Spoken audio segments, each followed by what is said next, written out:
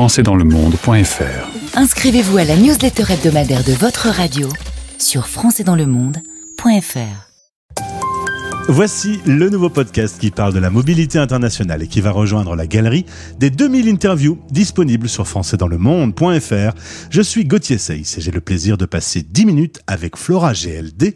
On va parler Twitch et on va parler Portugal. 10 minutes. Le podcast des Français dans le monde. françaisdanslemonde.fr.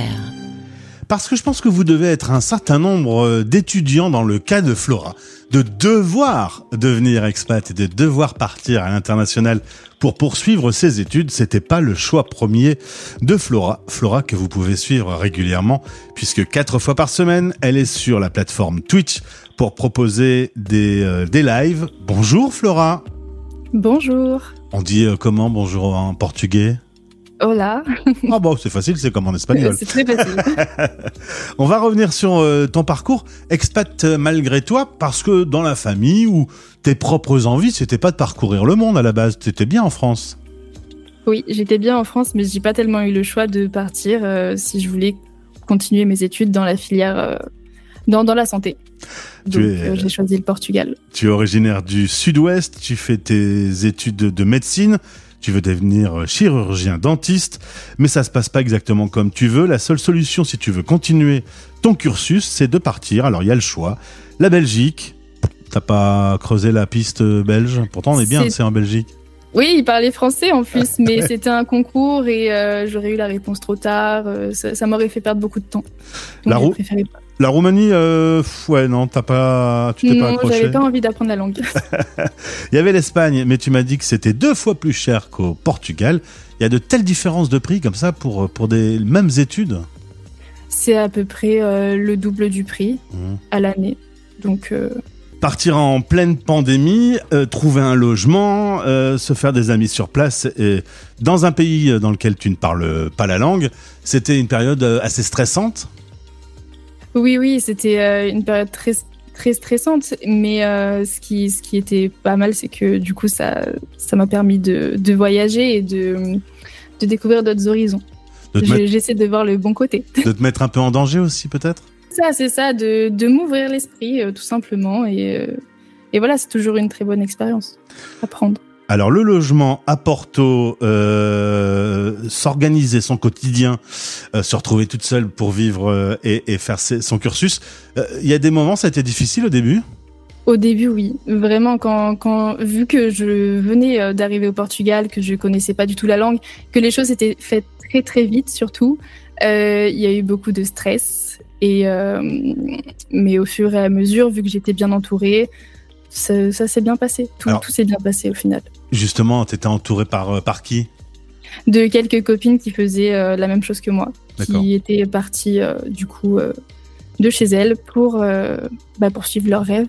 4 ans plus tard, tu maîtrises maintenant le portugais. Il faut dire que les cours sont donnés au début en anglais et en portugais et maintenant essentiellement en portugais, donc t'as dû t'y faire. La vie au quotidien, la bouffe à Porto, les sorties, tout ça, c'est ton quotidien? Alors, je suis pas quelqu'un de très fêtarde, je sors pas non plus énormément, mais c'est vrai que c'est très agréable de sortir au Portugal parce que déjà les prix sont très peu chers. La vie en général est pas tellement chère, même si elle a tendance à augmenter. Mais oui, c'est très agréable. En tout cas, c'est bientôt la fin des études, ce sera retour en France. Tu vas être contente de retrouver ta vieille France? Oui, surtout ma famille, parce que c'est quand même un des plus gros manques et un des plus gros inconvénients en fait qu'il y a quand on part à l'étranger, c'est que du coup on ne voit pas forcément ses proches.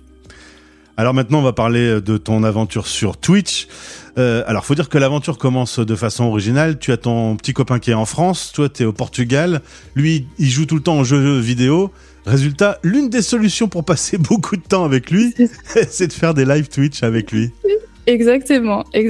Et à travers ça, du coup, on discutait aussi avec d'autres personnes via le chat de Twitch. Et sauf qu'au bout d'un moment, ça collait plus avec mes études parce que les horaires auxquels il voulait live ne correspondaient pas à mon mode de vie. Donc j'ai arrêté. Et donc le 28 juillet 2022, comme une grande, tu t'es lancé en solo, tu as poursuivi quand même ces échanges sur Twitch. Alors c'est plutôt une plateforme où on fait du gaming, on joue à des jeux vidéo et on partage son jeu avec les autres, mais c'est aussi devenu un média à part entière aujourd'hui. Et donc toi tu te retrouves 4 fois par semaine pendant des sessions de 3 heures, donc c'est quand même des sessions qui sont assez longues, et tu échanges avec ta communauté. Bon, faut dire, il y a un petit peu de monde autour de toi. Je regardais tout à l'heure. Oui, j'ai eu pas mal de chance par rapport à l'audience que j'ai réussi à toucher, on va dire assez vite. J'ai connu avec mon copain justement les lives où il n'y avait pas grand monde, et c'est vrai que moi ça a vite pris de l'ampleur dès que j'ai commencé à être seule, et j'en suis très contente. Alors 13 000 followers, tu sais pourquoi ça a pris de l'ampleur, justement ? Je pense que c'est principalement parce que je proposais quelque chose que d'autres personnes ne proposaient pas, c'est-à-dire du just chatting. Je n'ai pas vu grand monde sur Twitch parler en fait pendant 3 heures à leur audience. Donc je pense que ça a fait une petite différence. Et il y a aussi le fait que j'ai proposé du contenu, pas forcément de qualité, mais on voyait quand même que tout était prêt directement dès le début, en fait. Parce que c'est quelque chose d'important quand on arrive sur une plateforme, de se mettre quand même au niveau des personnes qui ont réussi, quoi. Et du coup, de quoi tu parles avec les abonnés de quel sujet ? Est-ce que ce que tu as vécu dans ta journée peut être un sujet du jour ? Oui, vraiment, totalement. Je raconte pas mal de choses. Bien sûr, je garde tout ce qui est personnel, mais je raconte beaucoup ce que je fais au fil de mes journées. Les personnes qui me regardent racontent aussi de leur côté ce qu'elles ont fait.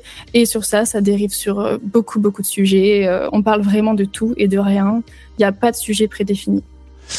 Et le fait d'être expat, de vivre dans un autre pays avec une autre culture, est-ce que ça attire aussi d'autres types de followers ? Oui, j'ai eu la chance du coup d'être sûrement tombée dans les recommandations de streamers portugais, et ils m'ont fait ce qu'on appelle des raids sur Twitch, et ça m'a emmené une petite communauté du coup portugaise. Donc on parle de temps en temps quand ils passent sur les lives. J'ai aussi pas forcément que des Français sur mes lives, j'ai des personnes qui viennent d'ailleurs, de Belgique, de Suisse.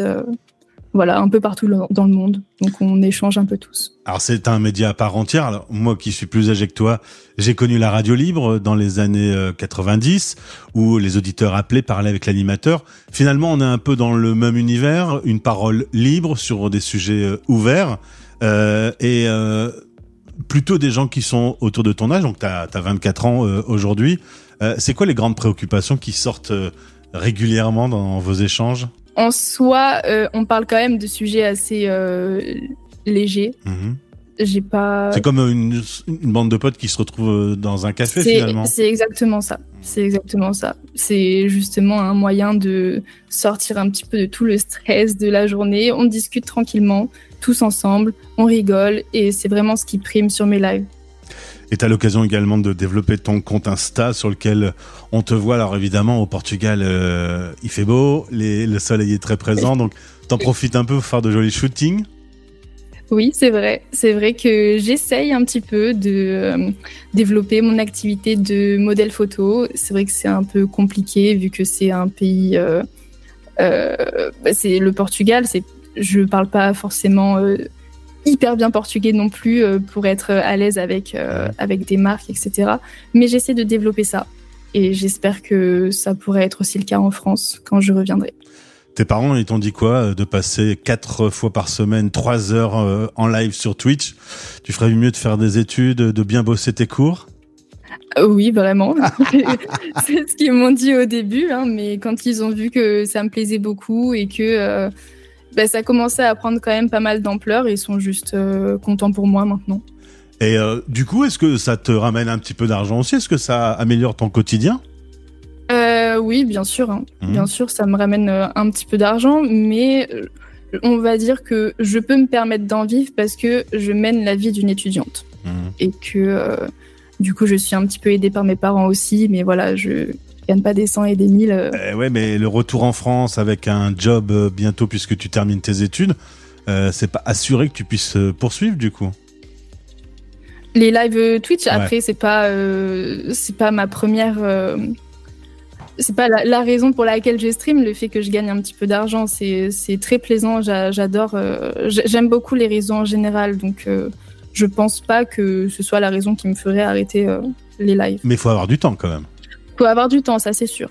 Mais vu que j'aime bien, je pense que j'arriverai à libérer un peu de temps. Et alors, d'avoir vécu cette expérience, ça te donne pas envie de poursuivre et de faire ton métier quelque part dans le monde? Tu vas vouloir le faire en France? Pour le moment, j'ai envie de rentrer en France, vraiment de me poser et ensuite on verra, parce qu'il y a quand même c'est pas rien de partir dans un autre pays pour travailler, surtout dans la filière médicale. Chaque pays a ses conditions et préserve, on va dire, leur médecine. Donc j'aurai sûrement des équivalences à passer si j'ai envie de partir dans un autre pays et j'ai pas tellement envie de m'embêter. Voilà. Pas de problème avec les équivalences avec la France, hein. Tout est OK. Non. Ça, tu pourras exercer. C'est l'Europe, il n'y a pas de souci. Très bien. Merci l'Europe. Flora, GLD sur les réseaux et sur Twitch. C'est quand ton prochain stream Alors, ce sera vendredi à 11h. Très bien. Eh bien, écoute, on pourra te suivre. Le lien pour arriver sur ta page est disponible dans ce podcast. Bonne fin d'études. Ça va bien se passer. Tu auras une mention alors ça, je suis pas sûre que ça fonctionne comme ça, les mentions, mais j'espère en tout cas juste valider mes matières et obtenir mon diplôme. C'est tout ce que je te souhaite aussi. Puis bon retour en France alors à toi. Merci beaucoup. Salut. Français dans le monde.